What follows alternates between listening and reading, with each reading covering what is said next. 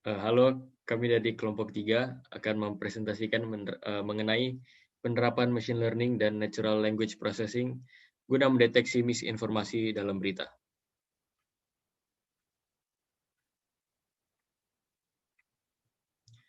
Kelompok kami terdiri dari saya sendiri, Jefful Andrew David Manopo, kemudian ada Najwa Cindy, Adin Haura, Sahada Fania, Septiani Anggi, dan Ikwanis.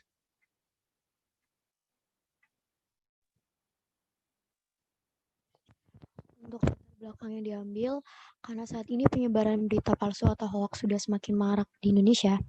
Hoax itu tidak sama dengan rumor, ilmu semu maupun apilmor. Menurut pembawa berita dari Amerika Serikat, yaitu Claire Wader, istilah hoax atau fake news sangat tidak membantu dan membuat kesalahpahaman terhadap banyak orang, serta membuat suatu pihak dijatuhkan. Adapun hoax saat ini banyak sekali penyebarannya melalui dunia maya. Hal tersebut dipengaruhi atau dipicu oleh beberapa faktor, yaitu ekonomi yang lemah, jurnalisme yang lemah, internet, munculnya media abal-abal, dan pendidikan literasi media yang cukup lemah. Adanya faktor-faktor tersebut, kita harus mempunyai langkah-langkah untuk mengantisipasinya. Penyebaran hoax atau misinformasi menjadi suatu permasalahan yang terdapat di media digital yang sampai sekarang masih belum terselesaikan. Penyebaran informasi yang kurang tepat dapat sangat cepat menyebar di media digital dan dilihat oleh banyak orang. Selanjutnya,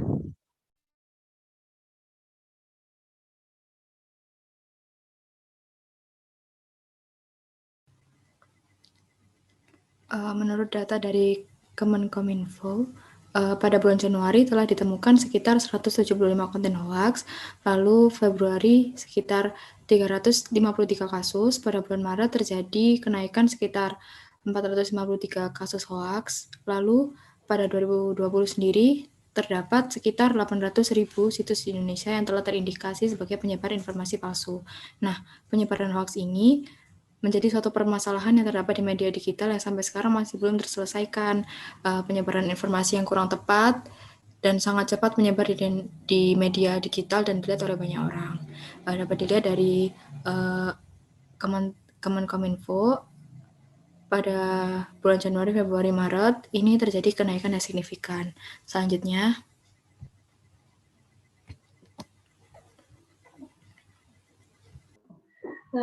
penyebaran hoax sendiri itu untuk pencegahannya itu ada 2 metode. Yang pertama itu metode manual atau non-komputer, dan yang kedua itu metode berbasis komputer. Dan metode manual ini itu dibilang kurang efisien, soalnya masih mengandalkan tenaga manusia, di mana kita tahu kalau manusia sendiri itu punya banyak kekurangan atau punya banyak keterbatasan dalam menganalisis misinformasi pada media digital. Nah, kelemahan pada metode manual ini itu akhirnya memacu pada penggunaan metode berbasis komputer, yaitu menggunakan machine learning dan natural language processing. Next.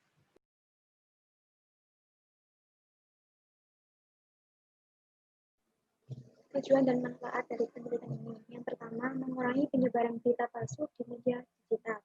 Yang kedua, pengklasifikasian berita yang asli dan palsu, serta men-takedown sumber artikel berita palsu dapat dilakukan dengan lebih mudah.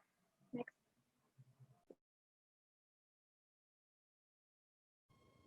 Kondisi kekinian pencetus gagasan.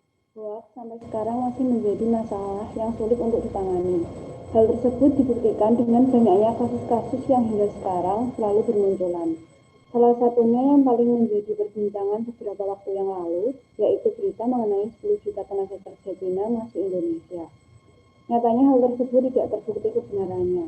Data yang dilaporkan oleh Kementerian Komunikasi dan Informatika menyebut ada sebanyak 800.000 situs di Indonesia yang terindikasi sebagai penyebar berita palsu dan ujaran kebencian atau hate speech. Ferdinandus, PLT Kepala Biro Humas Kementerian Kominfo pun memaparkan kategori konten hoax yang berhasil diidentifikasi Kominfo sepanjang Agustus 2018 sampai April 2019. Selanjutnya,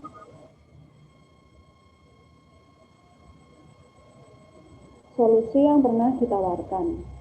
Dalam bentuk pencegahan, pemerintah melalui Kementerian Komunikasi dan Informasi, Kemenkominfo, meluncurkan gerakan masyarakat anti hoax untuk mengajak seluruh elemen masyarakat waspada terhadap berita palsu. Contoh upaya pencegahan yang lain yaitu dengan menghadirkan program internet sehat dan aman. Selain pencegahan, pemerintah juga melakukan penanganan secara langsung terhadap hoax yang sudah terlanjur ada dan tersebar, yaitu dengan menerapkan teknologi kecerdasan buatan bernama cyber domain untuk melacak dan melaporkan situs-situs yang diketahui mempublikasikan berita palsu dan menerapkan sistem pemblokiran untuk menertibkan situs dan akun di media sosial yang menyebarkan berita palsu. Pemerintah juga memfasilitasi masyarakat jika ingin berkontribusi dalam melaporkan berita yang bersahkan dengan adanya lapor, layanan, aspirasi, dan pengaduan online masyarakat, sehingga memudahkan masyarakat dalam melakukan pelaporan.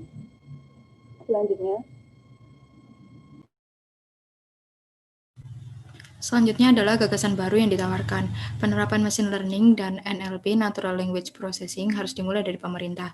Penanggulangan dalam menangani misinformasi harus lebih dipercepat. Dalam penerapannya dapat dikatakan berhasil jika informasi-informasi yang beredar valid keberadaannya. Melihat kondisi yang ada saat ini, masyarakat Indonesia minim literasi, serta hampir semua hal beralih ke internet. Informasi-informasi yang ada saat ini pun juga banyak berasal dari internet. Tak peduli hal tersebut adalah hoax, berita tersebut tetap tersebar sehingga menimbulkan banyak fitnah. Machine learning dan NLP yang ada sejak tahun 1950 ini seharusnya sudah dapat diterapkan sejak dahulu. Dalam pemrosesan bahasa alaminya, NLP sebagai teknologi yang dapat diterapkan di hampir semua bidang teknologi ini diharapkan mampu dengan sempurna memerangi masalah yang ada di Indonesia pada saat ini. Selanjutnya,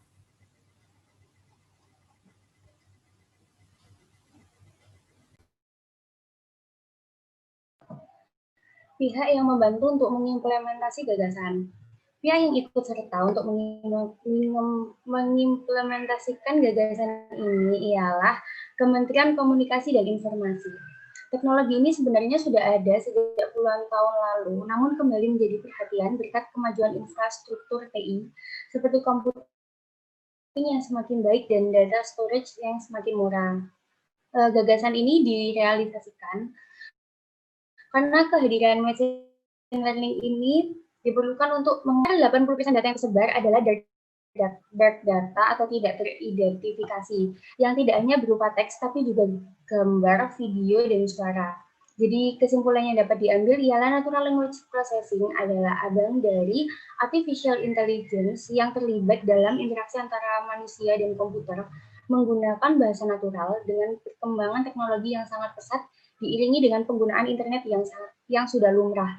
NLP kini telah memiliki peran penting dalam mendukung interaksi antar manusia dan mesin dalam kehidupan sehari-hari dan memiliki kapasitas untuk mengimplementasikan machine learning dan natural language processing adalah Kementerian Komunikasi dan Informasi, dan mereka memiliki akses untuk memperbesar inovasi tersebut. Next.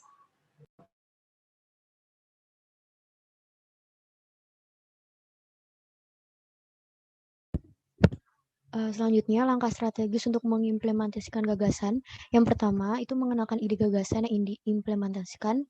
Dan yang kedua, bekerja sama dengan pemerintah untuk mengenalkan penerapan machine learning dan NLP untuk menanggulangi dalam menangani misinformasi yang ada di sekitar kita. Dan yang ketiga, menggerakkan pihak-pihak yang terlibat untuk segera melaksanakan gagasan ini agar cepat terrealisasikan dengan baik untuk masyarakat. Selanjutnya. Selanjutnya adalah skema cara kerja. Perlu digarisbawahi bahwa skema cara kerja yang akan dijelaskan ini merupakan gambaran secara garis besar saja, dan tentu saja pasti akan ada metode-metode lain yang lebih spesifik, baik melalui ini atau melalui cara lain. Yang pertama adalah membuat kolom target dengan data berita palsu dan berita asli, kemudian memasukkan data dan memastikan bahwa data yang dimasukkan seimbang. Setelah itu, langkah selanjutnya adalah mencari nilai nol dalam data, dan kemudian membuat cloud kata untuk memfilter kata-kata yang sering digunakan dalam pembahasan berita palsu dan berita asli, dan kemudian berita nyata dan berita palsu dapat terdeteksi. Selanjutnya.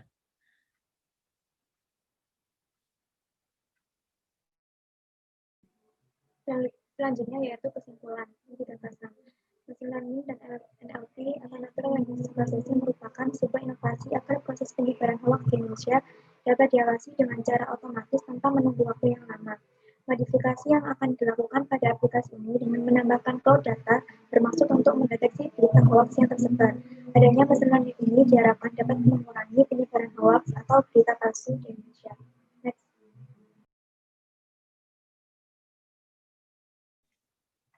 Untuk teknik implementasi gagasan, adapun dalam penggunaan machine learning dan natural language processing dalam memberantas hoax dilaksanakan dalam beberapa tahap, yaitu skema kerja yang telah dijelaskan tadi. Pertama, membuat kolom target dengan data berita palsu dan asli. Kemudian memasukkan data dan memastikan bahwa data yang dimasukkan seimbang. Ketiga, mencari nilai nol dalam data. Keempat, membuat cloud kata. Dan kemudian berita asli dan palsu dapat terdeteksi. Dalam menerapkan metode ini, diperlukan kemampuan khusus. Dan salah satu pihak yang berwenang dan mampu untuk menerapkan ini adalah Kementerian Komunikasi dan Informatika sendiri, karena mereka dapat melakukan programming yang dibutuhkan. Kemudian mereka memiliki data mengenai berita asli dan berita palsu, serta mereka mampu men-take down sumber artikel dengan informasi tidak benar. Slide berikutnya. Prediksi keberhasilan gagasan.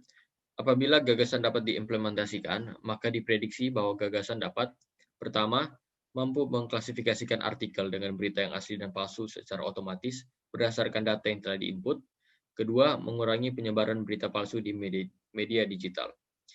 Sekian presentasi dari kelompok kami. Terima kasih.